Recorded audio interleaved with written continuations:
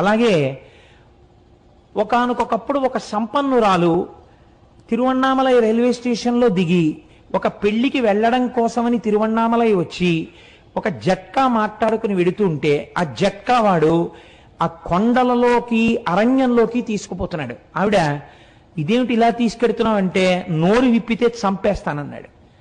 భగవానుడు ఇక్కడే కొండ రూపంలో ఉన్నాడు, నన్ను రక్షిస్తాడని ఆవిడ జట్కాలో కూర్చుని అరుణాచల శివ అరుణాచల శివ అరుణాచల శివ అని 3 మాటలు అన్నారు.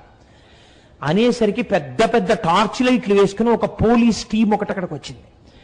వచ్చి వెంటనే ఈ దొంగని పట్టుకుని దేహశుద్ధి చేసి ఆవిడ్ని కారు ఎక్కించుకుని పెళ్లి జరగవలసిన కళ్యాణ మంటపం దగ్గరికి తీసుకెళ్లి ఆవిడ్ని విడిచిపెట్టారు. ఆవిడ మహాసంపన్నురాలు, చదువుకున్నది. నన్ను ఇంత రక్షించారు కనుక మీ నెంబర్స్ ఇవ్వండి, మీ బ్యాడ్జ్ నెంబర్స్, రేపు మీ పోలీస్ స్టేషన్లో నేను కొంత అమౌంట్ ఇచ్చి మీకు క్యాష్